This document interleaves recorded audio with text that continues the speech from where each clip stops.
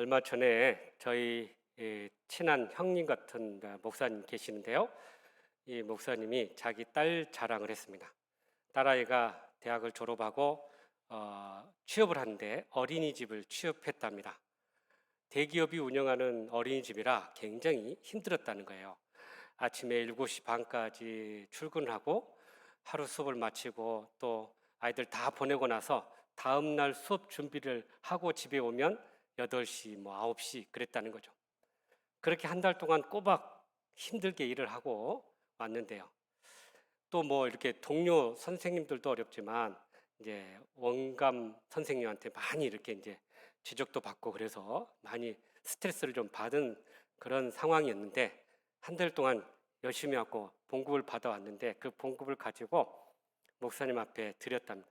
아버지 이거 제 첫 열매니까 하나님 앞에 드리겠습니다 하고 헌금하라고 그렇게 가져오더래요. 그 모습을 보니까 목사님이 너무 정말 감동스럽고 한편으로는 또 짠했답니다. 야, 가보고 싶고 사고 싶고 잊고 싶을 것도 많은데 그것을 다 포기하고 이렇게 하나님 앞에 드렸다는 게 너무나 감동적이었어요. 사실 목사 딸이지만 그렇다 해서 특별히 신앙 교육을 한 것도 아니고 그렇게 가르친 적도 없는데 알아서 이렇게 자발적으로 그렇게 하나님 앞에 예물을 드리니 얼마나 기특한지요. 그렇게 감탄했다는 그런 이제 이야기를 저에게 해주셨어요.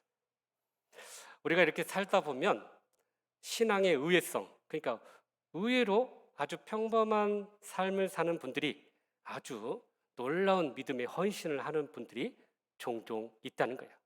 그렇게 믿음으로 순종하고 그렇게 하나님의 뜻에 합당하게 살아가는 분들이 있다는 거죠.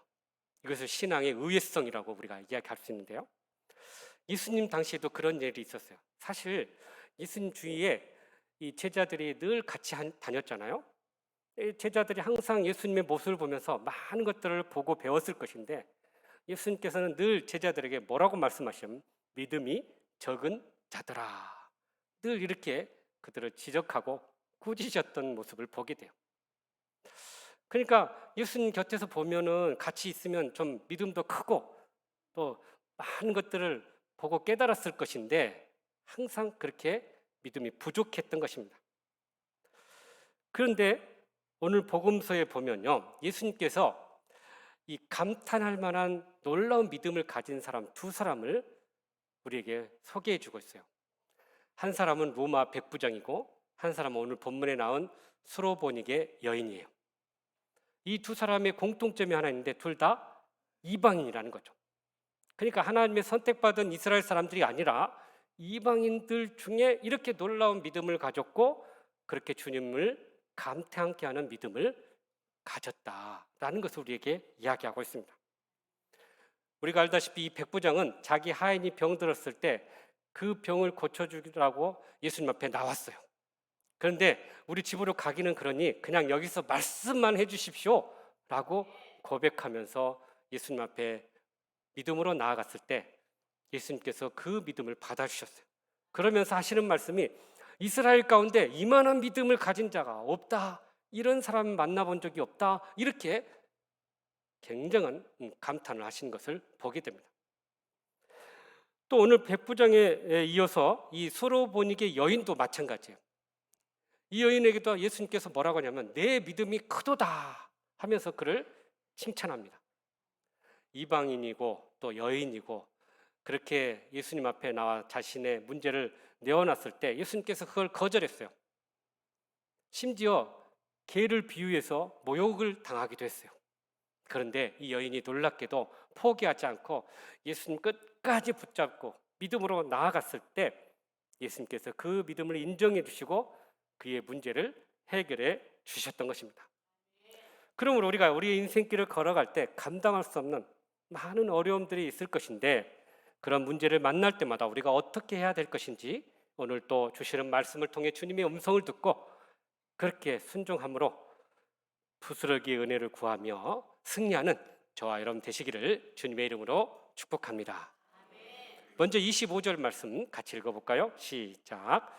이에 더러운 귀신 들린 어린 딸을 둔 한 여자가 예수의 소문을 듣고 곧 와서 그 발 아래에 엎드리니 아멘. 예수님께서 갈릴리 사역을 마치시고 이제 두로라는 지역으로 이동을 하십니다. 근데 이 두로라는 지역이 사실은 이방인 지역이었어요.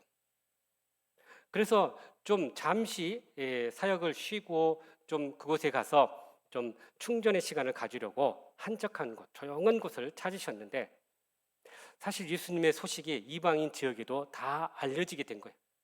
그래서 그 소식을 듣고 사람들이 찾아왔던 거죠. 오늘 본문에 보니까 두로에 귀신을 들린 어린 딸아이를 가진 한 여인이 예수님의 소문을 듣고 나오게 됐다는 거죠. 26절에 보면 그분이 어떤 분이냐면 헬라인이고 수로보닉의 족속이었다라고 이야기합니다. 헬라는 그리스인이죠. 그리고 여기 이 수로보니게라는 말의 의미를 보니까 시리아라는 단어와 베니게라는 단어가 합쳐진 말이에요. 그러니까 시리아의 베니게는 페니키아를 의미합니다. 여러분 페니키아는 그 당시 지중해 상권을 장악했던 사람들이에요. 그러니까 아주 강력한 그런 그 상업적인 부를 추구하고 가지고 있었던 분이에요. 그런 사람들이죠. 그러니까 학자들에 의하면 아마 이 여인도 굉장한 부를 가진 귀족의 딸이었을 것이다 라고 주장을 합니다. 그런데 여러분 우리가 돈을 많이 가졌다 한들 건강에 문제가 생기면 그 모든 것이 다 잃어버린 거예요. 사실 자신의 딸아이가 귀신 들려서 그렇게 백방으로 치료하려고 노력을 해도 다 헛수고였고요. 또 약을 그렇게 써도 다 백약이 무효였던 거예요. 그러니까 그야말로 자포자기한 그런 상태였던 것입니다. 그런데 이 여인이 예수님의 소문을 듣게 된 거죠. 예수님께서 병을 고치시고 또 귀신을 쫓아내시는 이러한 소식을 듣고 언젠가는 이분을 우리가 만나면 좋겠다 하는 마음을 가지고 있었는데 마침 그분이 자기가 사는 지역에 방문하게 되었던 거예요. 그러니 얼마나 반가웠겠어요. 그래서 예수님 앞에 나아가게 됐던 것입니다. 예수님 앞에 나아가 그가 한 행동을 우리가 읽은 본절에 나오는데 하반절에 이런 말이 나와요. 그 발에 엎드렸다고 이야기합니다. 여러분 누군가에 이렇게 엎드리다라는 말, 이 엎드리다라는 말에는요 두 가지 의미가 있어요. 하나는 당신을 경배합니다라는 의미가 있어요. 또 하나는 당신을 나의 주인으로 모시겠습니다라는 의미가 있어요. 그러니까 이건 반대로 나는 당신의 종이 되겠습니다라는 의미죠. 그러니까 그렇게 자신의 절박한 문제를 가지고 예수님 앞에 나와서 나는 당신을 나의 주인으로 모시겠습니다라는 이런 헌신의 결단을 이 행동을 통해서 보여줬다라는 사실입니다. 여러분 이 여인은 주님 앞에 나와서 이렇게 엎드리면서 경배하고 나의 주인으로 섬기면서 그렇게 자신의 믿음을 삶을 통해서 행동으로 보여준 거죠. 여러분 이 본문의 사건과 같은 이야기가 마태복음 15장에 나오는데 똑같은 사건인데 마태복음은 좀 더 자세하게 묘사를 해놨어요. 마태복음 15장 22절 말씀을 한번 같이 읽어보죠. 시작. 가나안 여자 하나가 그 지경에서 나와서 소리질러 이르되 주 다윗의 자손이여 나를 불쌍히 여기소서 내 딸이 흉악하게 귀신 들렸나이다 하되. 아멘. 그러니까 지금 마가복음은 그냥 예수님 앞에 엎드렸다 이 정도로 표현했는데 마태복음은 아주 디테일하게 설명을 해줬어요. 어떻게 했냐, 이 행동이 예수님 앞에 나오면서 소리를 질렀다. 그리고 예수님께 고백을 했다. 주 다윗의 자손이여. 그리고 나를 불쌍히 여겨달라. 내 딸이 흉악한 귀신에 들렸다. 자신의 문제를 이렇게 내어놨다는 거예요. 그러니까 마태복음은 이 여인의 그 간절함을 아주 자세하게 묘사를 하고 있다라는 사실입니다. 여기서 우리가 주목해야 할 부분이 하나 있는데요. 이 여인이 예수님에 대한 고백의 내용이에요. 뭐라고 고백했냐면 주 다윗의 자손이요 라는 고백을 했다는 거죠. 여러분 이방 여인이 어떻게 예수님을 주인으로 모시고 다윗의 자손이라고 고백할 수 있을까요? 그러니까 이것은 어떤 자신의 고백이보다는 하나님께서 그 마음을 감동케 해서 하게 하는 고백이라고 할 수밖에 없어요. 여러분 메시아는요 당시 다윗의 자손 후손으로 온다고 성경에 말씀했습니다. 그러니까 이 다윗의 자손이라고 고백한다는 것 자체가 예수님을 메시아 그리스도로 인정하겠습니다라는 의미예요. 그러니 이방 여인 한 여인이 와서 이렇게 예수님에 대한 고백을 하니 예수님께서 그 모습을 보시고 얼마나 놀랬겠어요. 굉장한 사실이에요. 이렇게 이방 여인이 와서 예수님에 대한 고백을 한다는 게 놀라운 일이 아닐 수가 없어요. 여러분, 그 당시에 이 유대 남자들이요, 하루에 3가지 감사 기도를 했답니다. 첫 번째는 자기들이 유대인으로 태어난 것에 대해서 감사했답니다. 많은 민족들 중에 우리를 하나님의 선택받은 민족으로 태어나게 해주셔서 감사합니다. 이렇게 기도했대요. 두 번째는 자신들이 여자가 아닌 남자로 태어나게 해주신 것에 대해서 감사했답니다. 그 당시에도 아주 심한 남성 중심의 가부장적인 문화였잖아요. 그러니까 여성은 천대받고 남성은 이렇게 우대받으니까 여성으로 안 태어난 것에 대해서 그렇게 감사를 했다는 거예요. 세 번째는 이 사람들이 노예가 아닌 자유인으로 태어난 것에 대해서 또한 감사했다는 거예요. 그 당시에도 많은 노예들이 있었는데 그렇게 노예로 사는 것보다는 자유로 사는 게 얼마나 좋은지를 그들이 알았기 때문에 이렇게 고백을 해요. 그런데 여기 중요한 것은 이렇게 이방인 여인으로서 차별받고 무시받는 이 여인이 어떻게 주님에 대한 고백을 이렇게 할 수 있느냐는 거예요. 여러분, 우리가 주님 앞에 나와 예배 드리는 것은요, 사실은 주님에 대한 우리의 믿음의 고백을 드리는 거예요. 그리고 주님 앞에 나와서 우리의 잘못된 삶을 회개하는 거예요. 그리고 우리의 모든 필요를 주님께 구하는 거예요. 그것이 바로 예배의 삶이에요. 그러니까 자신의 이 어렵고 힘든 이 형편을 주님 앞에 나와서 모든 것들을 내려놓고 주님께 구하고 있다라는 사실입니다. 그러므로 우리가 우리의 삶 가운데 많은 문제를 만나고 경험할 때마다 우리가 주님 앞에 나와서 이 모든 문제를 내려놓고 주님이 나의 주인이십니다, 그렇게 고백하며 적극적인 믿음으로 나아가 해결받는 저와 여러분의 삶이 되시기를 주님의 이름으로 축복합니다.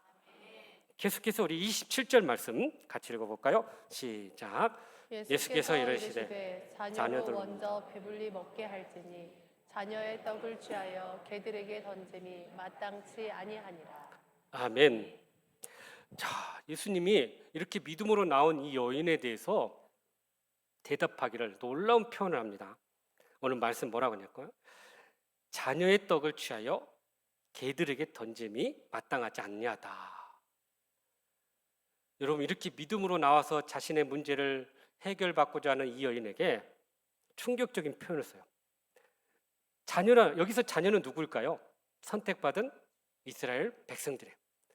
그들에게 주어야 할 이 떡을 빼앗아서 너희들에게 줄 수 없다, 이런 말이에요. 그러면서 여기 개라는 표현이 나오는데 이 이방인들을 혐오하는 그런 표현이에요. 그러니까 예나 지금이나 개를 비유하면 굉장히 좋지 않은 표현인데 예수님이 이런 표현을 썼다는 거죠. 그럼 우리가 이 표현을 들으면서 예수님은 이렇게 이방 사람들을 차별하고 모욕하는 그런 분일까? 그렇게 생각할 수가 있죠. 그런데 그렇지 않다는 거예요. 예수님의 이 말씀 안에는 이 여인의 믿음을 테스트하고 점검하기 위한 표현이었다는 거예요. 여러분, 한번 생각해 보십시오. 지금 이 여인이 갑자기 나와가지고 예수님에 대해서 주 다윗의 자손이요 라고 외치면서 예수님 앞에 자신의 문제를 내려놓고 있어요. 근데 그 고백이라는 게 정말 일반 사람도 하지 못할 그런 고백을 하고 있다는 거죠. 일반 유대인들도 그런 고백을 잘 못하는데 어떻게 저런 고백을 하나 하고는 사실은 그 믿음을 테스트, 점검하고자 했던 거예요. 그래서 더 냉소적인 반응을 보이셨던 거죠. 여러분, 앞서서 주 다윗의 자손이요, 이 고백을 한 것이 정말 그의 믿음에서 나온 건지, 아니면 정말 한때 뜨거운 감정에서 나온 건지, 아니면 자기의 문제를 해결받고자 하는 그런 마음에서 나온 건지를 예수님은 점검해 보고자 하셨던 거죠. 그래서 마가복음에는 없지만 마태복음에 또 이 문제에 대해서 예수님이 하신 말씀이 있어요. 마태복음 15장 24절인데요. 같이 읽어보죠. 시작. 예수께서 대답하여 이르시되 나는 이스라엘 집에 잃어버린 양 외에는 다른 데로 보내심을 받지 아니하였노라 하시니.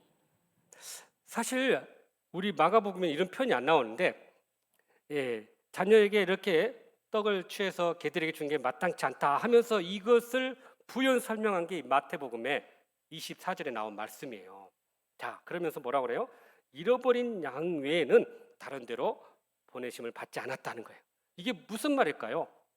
이 여인에게는 나와 너 아무 상관이 없다. 그러니 내가 네 문제를 해결해 줄 이유가 없다라는 아주 단정적인 표현인 거예요. 여러분, 이 여인 입장에서는 정말 예수님한테 나아가면 모든 문제가 해결될 줄 알고 그렇게 왔는데 예수님께서 이렇게 한마디로 거절하고 상관이 없다고 하니 얼마나 허탈했겠어요. 많은 경우에 예수님의 이러한 우리의 기도가 간구가 들어지지 않을 때 포기하고 또 돌아서고 등지는 경우가 많이 있어요. 여러분, 우리도 기도를 하는데 하나님께 기도하는데 어떨 때는 응답이 더디고 어떨 때는 아니라고 하시고 아예 응답도 없으시고 그럴 때 우리가 어떻게 합니까? 에이, 안 된갑다 하고 포기하는 분도 있고 어떤 분은 더 나아가서 하나님은 없어 하고 막 아예 교회를 등지는 사람도 있더라는 거예요. 그런데 여러분, 이 여인의 행동은 사뭇 달랐어요. 거기서 결코 물러서지 않았다는 거예요. 여인은 흔들리지 않는 믿음을 우리에게 보여줍니다. 그래서 지속적인 그런 예수님에 대한 신뢰의 마음을 가지고 그렇게 주님께 매달렸다는 거죠. 그러니까 그러한 끈질긴 믿음, 흔들리지 않는 믿음이 결국은 주님으로부터 인정을 받게 되고 자신의 문제를 해결받게 되더라는 것입니다. 여러분, 사실 우리가 하나님 앞에 기도할 때 하나님, 저에게 이런 문제가 있는데 이 문제 좀 해결해 주십시오. 그래서 바로 응답을 해줬어요. 물론 감사할 일이겠죠. 그런데 사실 그 감동이 길지 않아요. 여러분, 드라마나 영화를 한번 보십시오. 이렇게 내용을 보면 뻔한 내용이에요. 아, 이렇게 시작하다 이렇게 끝나겠구나. 그러면요, 그 다음부터는 안 봐요. 다 뻔하니까. 우리의 신앙생활도 마찬가지 같아요. 이렇게 해가지고 했어, 다 됐어. 물론 감사하지만 신앙의 역동성이 부족해요.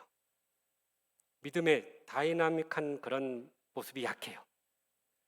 그러니까 보면 항상 하나님께서 바로 그냥 이렇게 응답하시기보다는 뭔가 어려움을 주고 뭔가 고난을 주고 거기에 더 큰 아픔을 주고 더 나아가서는 거절하고 응답이 없고 그런 일들이 있어요.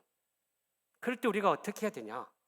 포기하고 돌아서지 않고 오히려 하나님의 뜻을 구하고 더 끈질기게 믿음으로 매달려야 한다라는 사실입니다. 하나님의 이스라엘 백성들을 애굽에서 가나안 땅으로 인도할 때 빠른 길, 지름길로 인도하지 않았어요. 일주일이면 갈 수 있는 해변길로도 인도하지 않았어요. 고난의 길, 훈련의 길, 연단의 길, 광야의 길로 인도하셨다라는 사실이에요. 그러니까 여러분, 이 광야길을 통해서 이스라엘 백성들을 낮추시고 그들을 시험하시고 그래서 하나님의 백성으로 만들어 가셨다라는 사실입니다. 그러니 여러분, 지금 당장 내 뜻대로 안 된다고 그러고 응답이 없다고 하더라도 우리가 전혀 낙심할 이유가 없는 거예요. 아, 하나님의 훈련이 있구나. 하나님이 연단하시는구나. 그 믿음을 가지고 우리가 나아가야 한다라는 사실입니다. 종교 개혁을 주도한 마틴 루터 목사님이 계셔요. 이분이 늘 가톨릭 교회에 그런 살해 위협과 또 그런 압박에 늘 스트레스에 쌓여 있었어요. 그래서 그냥 이렇게 절망하고 낙심하는 가운데서 방에 나오질 않으니까 그의 아내 되시는 사모님이 목사님 방에 상복을 입고 들어갔답니다. 그러니까 루터 목사님이 아니 웬 상복을 입었어? 누가 돌아가셨어? 그랬더니 하나님이 돌아가셨습니다. 그러더래요. 그게 무슨 말이요? 감히 어떻게 그런 말을 하시냐고 그랬더니 내가 당신 삶을 보니까 하나님이 안 계시는 것 같아서 그래요. 그러면서 이렇게 이야기해요. 하나님이 살아계시다면 어떻게 당신이 그렇게 좌절하고 낙심하고 그렇게 누워 있습니까? 하나님 살아계신다면 일어나십시오. 이겨내야 되지 않겠습니까? 라고 말했다는 거예요. 그 말을 듣고 루터 목사님이 크게 깨닫고는 다시 일어나서 종교개혁의 선봉자가 되었다는 거예요. 여러분, 우리의 삶 가운데도 이런 낙심할 일들이 있는데 그걸로 인해서 낙심하고 절망하고 주저앉아버리면 하나님께서 우리의 모습을 보고 너무나 안타까우실 거예요. 믿지 않는 사람은 하나님이 없는 걸로 생각할 것 같아요. 여러분, 그러니 우리가 하나님께서 우리를 테스트하고 훈련하고 연단하신다는 이 사실을 깨닫고 우리가 믿음으로 일어나야 할 줄로 믿습니다. 그래서 오늘 말씀 보니까 이 여인은 포기하지 않고 그렇게 주님 앞에 나갔어요. 사실 이 여인이 자존심이 좀 강했다면요, 아마 대들었을지도 몰라요. 아니, 저를 개라고요? 저를 어떻게 보고 그런 말씀을 하세요? 하고 대들을 줄도 몰라요. 그런데 이 여인이 자신의 감정을 다 낮추고 그렇게 개의 취급을 받는다 하더라도 주님에 대한 흔들리지 않는 믿음을 가지고 주님 앞에 섰을 때 주님이 그의 믿음을 인정해 주셨다는 사실입니다. 그러므로 우리도 주님으로부터 이런 거절과 상처와 또 여러 가지 어려움이 있다 할지라도 이것이 주님이 주시는 시험이구나 라고 여기고 그렇게 흔들리지 않는 믿음을 가지고 모든 시험을 통과하여 그렇게 주님께 인정받는 저와 여러분의 삶이 되시기를 주님의 이름으로 축복합니다. 마지막 세 번째는 28절 29절 말씀이네요. 시작. 여자가 대답하여 이르되 주여 올소이다마는 상 아래 개들도 아이들이 먹던 부스러기를 먹나이다. 예수께서 이르시되 이 말을 하였으니 돌아가라, 귀신이 내 딸에게서 나갔느니라 하시네. 아멘. 자, 이 여인의 답변을 보십시오. 주여 올소다마는 상 아래 개들도 아이들의 부스러기를 먹습니다. 굉장한 이 답변에 보면 이 여인의 긍정적인 모습과 또 아주 겸손한 그런 믿음을 보게 돼요. 그러니까 개라고 하는데 그냥 그걸 인정해 버리는 거예요. 그리고는 그 밑에서 떨어지는 부스러기라도 좋으니 그거라도 주십시오 라는 그런 겸손한 믿음을 우리에게 보여주고 있다는 것입니다. 자녀에게 줄 떡을 취하여 개들에게 주는 게 마땅치 않다. 그런데 이 여인 아주 재치 있는 대답을 해요. 상 아래 개들도 아이들이 먹던 부스러기를 먹습니다. 주님 앞에 자신의 자존심도 다 내려놓고 그래, 저는 아무것도 아닙니다. 그렇게 자기를 낮추는 모습을 보여주고 있다는 거예요. 여러분, 우리가 언제 상처를 받습니까? 우리가 언제 넘어집니까? 자존심을 앞세우고 또 내 어떤 것들을 내세우고 이런 것들 때문에 넘어질 때가 참 많아요. 근데 우리가 주님 앞에 서면 사실 아무것도 없는데 그냥 내려놓을 것들이 우리의 자존심들이에요. 우리의 경험들이에요. 또 우리의 어떤 지금까지의 삶의 어떤 업적들이에요. 사실 이런 것들을 내려놓을 수 있어야 돼요. 그런 의미에서 보면 이 여인요 정말 이 멘탈이 강한 여인이구나. 그것을 우리가 알게 돼요. 그렇게 무시하고 차별하고 모욕했음에도 불구하고 끝까지 겸손하게 자기를 낮추고 주님 앞에 서는 모습입니다. 우리가 가정에서도 그렇고 일터에서도 그렇고 심지어 교회 생활할 때도 그렇고 많은 상처를 받기도 하고 줄 때도 있어요. 그런데 우리가 여기서 기억해야 할 것은 이런 모든 것을 긍정적으로 받아들이고 자신을 낮추면 능히 이런 상처도 다 이겨낼 수 있다는 거예요.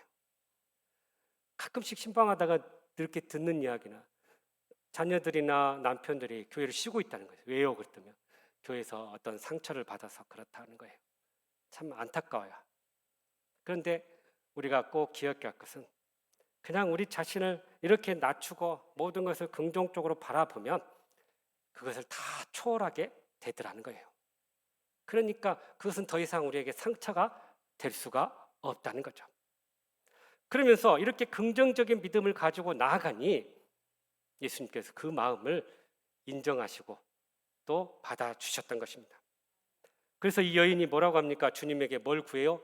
부스러기. 이 부스러기 은혜를 구했다는 거예요. 여러분, 부스러기는 뭐예요? 작은 조각들이에요. 그런데 이 부스러기라도 오나오니 이것이라도 주십시오 라는 이 자꾸 겸손한 그 마음을 주님이 알고 받게 된 거죠. 여러분, 우리가 꼭 기억해야 할 것은 참 우리가 열심히 노력하고 애써도 물론 하나님께서 때가 되면 주시지만, 그러나 이거에 대한 결과가 없다 할지라도 우리가 흔들려서는 안 된다는 거예요. 다만 우리가 하나님 앞에 정말 부스러기 같은 그런 은혜를 사모하고 나아가면 하나님께서 반드시 그 모든 것을 응답하여 주시고 이루게 하신다는 사실입니다. 그래서 여러분, 이 부스러기 신앙은 사실은 모든 걸 다 달라는 게 아니에요. 내 모든 문제를 다 해결해 달라는 게 아니에요. 내 지금 문제 중에 가장 이 귀한, 이 소중한 이 문제를 좀 해결해 주십시오. 그런 믿음으로 나아가는 것입니다. 그랬을 때 예수님께서 그에게 뭐라고 말씀해요? 이 말을 하였으니 이제 돌아가라. 이 말을 하였으니 이제 돌아가라. 이런 표현을 쓰고 있어요. 여러분, 여기에 무슨 의미예요? 내 말에 응답이 있다, 그런 의미예요. 그러니까 네가 그렇게 말하니 이미 응답이 이루어졌다라는 말입니다. 사실 이 여인의 말 속에, 믿음의 말 속에 이미 응답이 있었다라는 사실입니다. 그래서 말이 얼마나 중요한지 몰라요. 우리 믿는 자들의 말은 그대로 이루어지는 능력이 있다는 것입니다. 그래서 우리가 생각하는 대로, 감정대로 얘기해서는 안 되고요. 항상 하나님의 말씀에 그렇습니다 라고 아멘 할 수 있어야 된다는 거예요. 그렇게 믿음의 말을 할 때 이미 우리는 말 속에서 응답을 받게 된 줄로 믿습니다. 그래서 우리의 삶 가운데 부정적인 말, 또 비판하는 말, 의심하는 말, 불평하는 말은 일체 쓰지 않아야 돼요.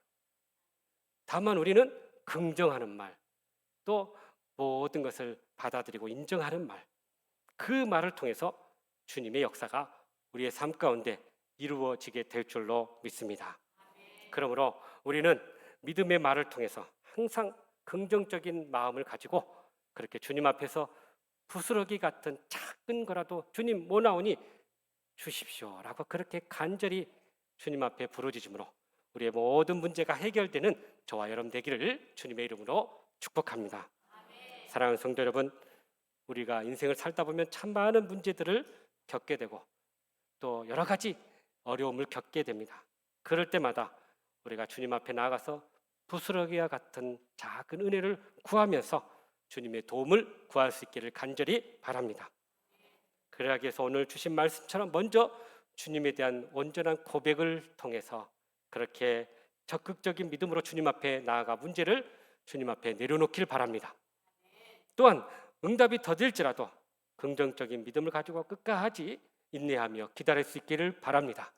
나아가서 우리 항상 겸손한 믿음을 가지고 부스러기 은혜를 구하면서 그렇게 모든 삶에 응답받는 저와 여러분의 삶이 되시기를 주님의 이름으로 축복합니다. 기도하겠습니다. 사랑과 은혜가 풍성하신 하나님, 삶의 모든 문제들이 있을 때마다 주님 앞에 부스러기와 같은 은혜를 구하며 주님의 도움을 통해 늘 승리하고 응답받는 저희들 되게 하여 주시옵소서. 예수님의 이름으로 기도하옵나이다. 아멘.